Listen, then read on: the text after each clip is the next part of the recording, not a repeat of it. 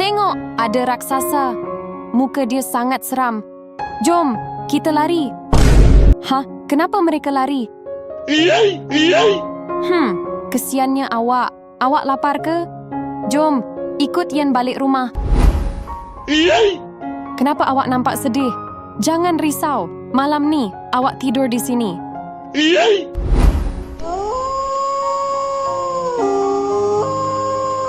Ibu, ayah, saya rindu ibu dan ayah.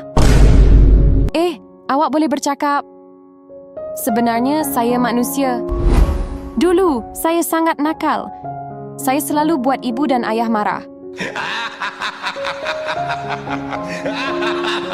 Satu hari, saya jumpa seorang nenek. Nenek itu marah dan sumpah saya. Awak terlalu nakal. Saya sumpah awak. Jadi macam ni. Sejak itu, saya jadi raksasa. Saya sangat menyesal. Saya nak minta maaf pada ibu dan ayah saya. Baguslah awak sudah menyesal. Sumpahan ini akan hilang bila awak dah menyesal. Saya dah jadi manusia balik.